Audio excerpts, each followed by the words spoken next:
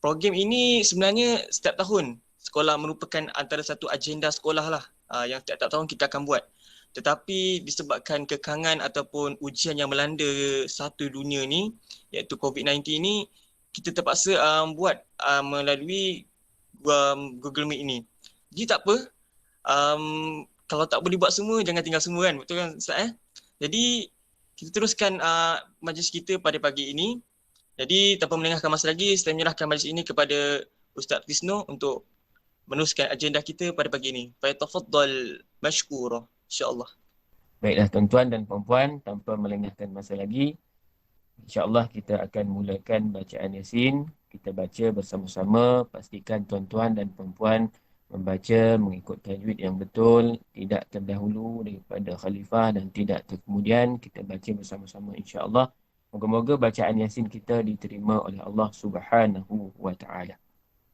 أعوذ بالله السميع العليم من الشيطان الرجيم بسم الله الرحمن الرحيم الحمد لله رب العالمين حمدا يوافي نعمه ويكافئ مزيده يا ربنا لك الحمد كما ينبغي لجلال وجهك وعظيم سلطانك اللهم صل وسلم على سيدنا محمد وعلى آله وصحبه أجمعين.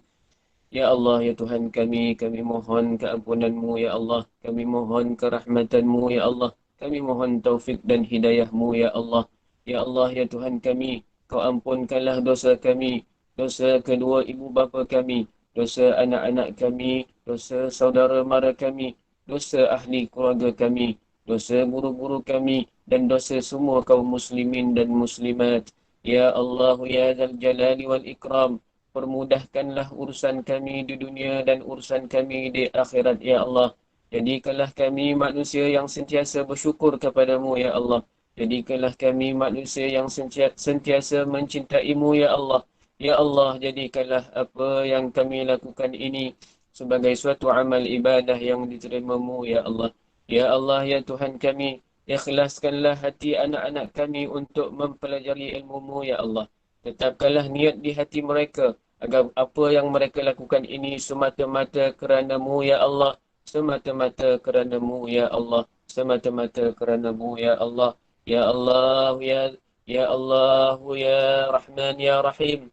Kami memohon kepadamu, ya Allah. Permudahkanlah mereka memahami apa yang diajar oleh guru-guru mereka, ya Allah. Ketika mereka berada di dalam kelas maupun ketika mereka berada di dalam rumah, ya Allah. Lapangkanlah dada mereka untuk menerima ilmu-Mu, ya Allah. Ya Allah, ya Tuhan kami, tidak lama lagi anak-anak kami akan menduduki peperiksaan SPM, ya Allah. Kami mohon kepadamu, ya Allah, bantulah anak-anak kami dalam peperiksaan yang akan mereka hadapi, ya Allah. Ya Allah, ya Tuhan kami, peliharalah kesihatan anak-anak kami di hari peperiksaan nanti. Permudahkanlah mereka menjawab soalan ketika peperiksaan nanti. Berikanlah ketenangan kepada mereka ketika menjawab soalan. Jauhilah mereka daripada perasaan resah dan gelisah ketika menjawab soalan peperiksaan. Ya Allah, ya Tuhan kami, kurniakanlah keputusan yang cemerlang dalam peperiksaan anak-anak kami, ya Allah. Mudah-mudahan dengan keputusan yang cemerlang ini, mereka dapat melanjutkan pelajaran ke peringkat yang lebih tinggi lagi. Semoga ia sebagai pembuka jalan untuk mereka menjadi hamba-Mu yang saleh dan menghampirkan diri kepadamu, ya Allah. Jadikanlah anak-anak kami pelajar yang cemerlang, ya Allah. Cemerlang di dunia dan cemerlang di akhirat. Kami mohon kepadamu, Kau perbaikilah akhlak anak-anak kami. Jadikanlah mereka pelajar yang cemerlang dan mempunyai syakhsiah diri yang baik. Tanamkanlah sifat mahmudah dalam diri mereka dan buanglah sifat mazmumah dalam diri mereka. Ya Allah, ya Tuhan kami, jadikanlah anak-anak kami anak-anak yang saleh, ya Allah, yang menyejukkan mata kami memandangnya, ya Allah. Jadikanlah anak-anak kami ahli syurga, ya Allah. Dorongkanlah hati mereka untuk melakukan amal-amal yang membawa kepada syurga-Mu, ya Allah. Jauhkanlah hati mereka daripada melakukan amalan-amalan yang membawa kepada neraka-Mu, ya Allah. Tetapkanlah hati-hati mereka untuk menunaikan salat, ya Allah. Ya Allah, ya Tuhan kami, perkenankanlah doa-doa kami ini. Kami memohon kepadamu kerana Engkaulah Tuhan kami. Kami meminta kepadamu, ya Allah, kerana Engkaulah yang menciptakan kami. ربنا آتنا في الدنيا حسنة وفي الآخرة حسنة وقنا عذاب النار وسبحان ربك رب العزة عما يصفون وسلام على المرسلين والحمد لله رب العالمين تقبل الله منكم. Dan tanpa membuang masa lagi, kita meneruskan majlis kita pada pagi ini dengan menjemput Al-Fadil Ustaz Zahar bin Abdul Aziz, Tuan Pengetua Sekolah Menengah Agama Haji Muhammad, untuk menyampaikan ucapannya. Baik, tafadhal mashkura, insya-Allah. Assalamualaikum warahmatullahi wabarakatuh. Alhamdulillah, wassalatu wassalamu ala Rasulillah wa ala alihi wa sahbihi wa man walah. Terima kasih pada pengacara majlis anak Zamatul Rahman yang dihormati barisan guru penolong kanan, juga barisan guru kanan mata pelajaran, barisan guru, ibu bapa yang dapat turut hadir bersama pada pagi ini, seterusnya anak-anak murid calon SPM pada tahun hadapan. Juga tidak ketinggalan barisan UKP yang dapat bersama pada pagi ini. Alhamdulillah, kita rafa'kan syukur kepada Allah Subhanahu Wa Taala kerana dapat sama-sama membaca Yasin dan berdoa secara berjemaah, dan sekiranya kita menghayati doa yang dibacakan oleh Al-Fadhil Ustaz Arkisno tadi, jazakallah khairul jazak, maka ia bukan satu doa yang kita panjatkan pada Allah Subhanahu Wa Taala, tapi juga merupakan satu peringatan untuk semua, khususnya untuk calon-calon SPM pada tahun ini. Tuan-tuan dan puan-puan, sahabat-sahabat, guru, ibu bapa, seterusnya anak-anak murid yang dikasihi, memang menjadi satu tradisi pada mana-mana sekolah pun untuk melakukan aktiviti bacaan Yasin, solat hajat dan juga restu ilmu. Tapi oleh kerana kekangan yang dihadapi seluruh dunia pada masa ini, maka kita hanya mampu untuk melakukan bacaan Yasin secara berjemaah dan atas talian. Dan ini juga merupakan satu konsep kita berjemaah. Maksudnya, kalaulah dalam belajar kita berjemaah, kita hadir ke sekolah secara beramai-ramai, kita bekerja secara bersama-sama, maka mengapa tidak kita pohon bantuan pada Allah Subhanahu Wa Taala, berdoa kepada Allah Subhanahu Wa Taala secara berjemaah. Kerana berjemaah itu memang dituntut oleh Allah Subhanahu Wa Taala. Dia bukan saja boleh mengeratkan perpaduan, kesatuan, tapi juga memudahkan untuk kita mendapat rahmah barakah daripada Allah Subhanahu Wa Taala. Jadi alhamdulillah, saya mengucapkan jutaan terima kasih pada semua yang terlibat hadir dalam majlis bacaan Yasin pada pagi ini. Mudah-mudahan Allah Subhanahu Wa Taala catat sebagai satu ibadat dan juga Allah Taala perkenankan doa kita dan memberkati majlis kita pada pagi ini, insya-Allah. Tuan-tuan dan puan-puan yang dihormati saudara anak murid yang dikasihi, semua sedia maklum bahawa satu jasad itu tidak akan bermakna sekiranya tidak ada roh. Roh dan jasad tidak boleh dipisahkan. Jasmani dan rohani mesti ada kedua-duanya sekali. Jadi apapun yang kita buat, sama ada yang biasanya kita akan lihat pada yang nampak sahaja, tapi jangan kita lupa bahawa di sana ada unsur-unsur yang tidak kelihatan. Kita banyak buat aktiviti berbentuk fizikal, berbentuk jasmani. Kita datang ke sekolah, kita buat aktiviti secara bersemuka, kita buat kelas tambahan, pergi tuition, ataupun berinteraksi secara maya. Semua itu adalah yang berbentuk fizikal yang kita nampak. Alhamdulillah, satu usaha yang kita wajib melakukannya, kerana kita mengambil faham daripada frasa al-akhdhu bil asbabi wajibun. Mengambil asbab untuk berjaya itu adalah satu kewajipan. Maka kita wajib lakukan secara fizikal tersebut, dan mudah-mudahan dia juga menjadi asbab untuk kita mendapat hidayah, mendapat kejayaan, berkatan daripada Allah Subhanahu Wa Taala. Tapi di sana ada unsur kerohanian, unsur roh, unsur yang tidak kelihatan, yang disebut juga dalam doa oleh Al-Fadhil Ustaz Hafiz Nur tadi, iaitu berkait dengan akhlak, berkait dengan adab.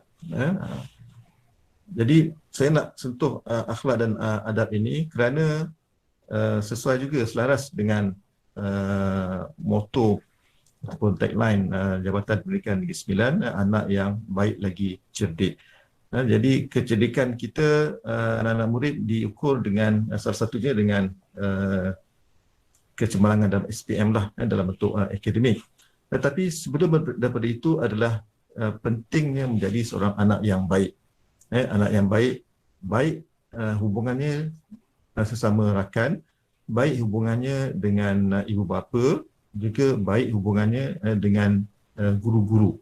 Baik hubungannya pasti sekali dengan Allah Subhanahu Wa Taala. Itu semua adalah unsur-unsur akhlak, unsur-unsur adab yang akhirnya kita nak ke situ. Kita nak ke situ.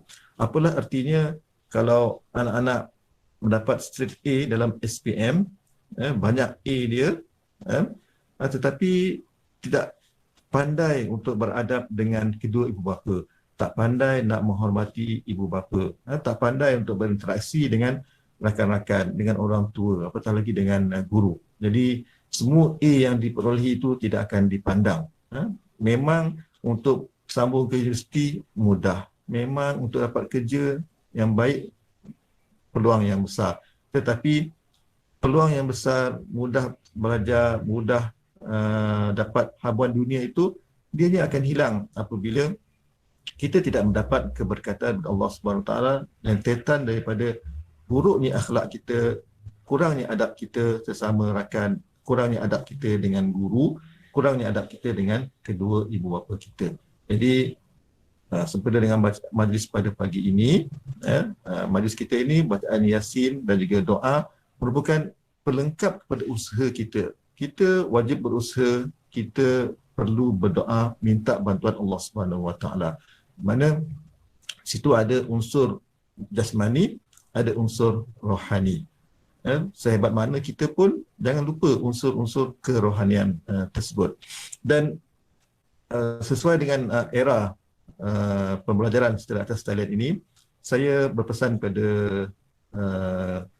ibu bapa, juga kepada anak-anak murid sekalian, usahakan supaya dapat mengikuti sesi pembelajaran yang disediakan oleh guru-guru. Untuk makluman ibu bapa khususnya dan juga anak murid pasti sekali, guru-guru berusaha untuk menyediakan sesi pembelajaran secara atas talian ini untuk memastikan semua murid, khususnya calon SPM, tidak ketinggalan. Bukan saja tidak ketinggalan, bahkan mendapat kejayaan yang cemerlang dalam SPM kelak. Jadi itu adalah usaha guru. Usaha guru ataupun usaha pihak sekolah. Untuk itu adalah menjadi suatu kewajipan pula apabila pihak sekolah ataupun pihak guru telah melaksanakan kewajipan mereka, maka kewajipan pada pihak murid pula untuk menyambut usaha guru tadi. Sebenarnya menyambut usaha guru itu merupakan salah satu adab seorang murid terhadap gurunya. Jadi sekiranya tidak ada halangan, tidak ada masalah, tidak ada aral yang melintang, maka masuklah ke dalam kelas yang disediakan, yang dijadualkan tepat pada masanya, berinteraksi sebaik mungkin, kerana kehadiran itu adalah tanda kita beradab dengan guru kita.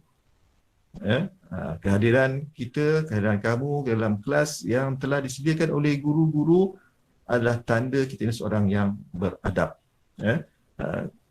Kita faham ada yang ada masalah, masalah internet, masalah handphone dan sebagainya, masalah gadget.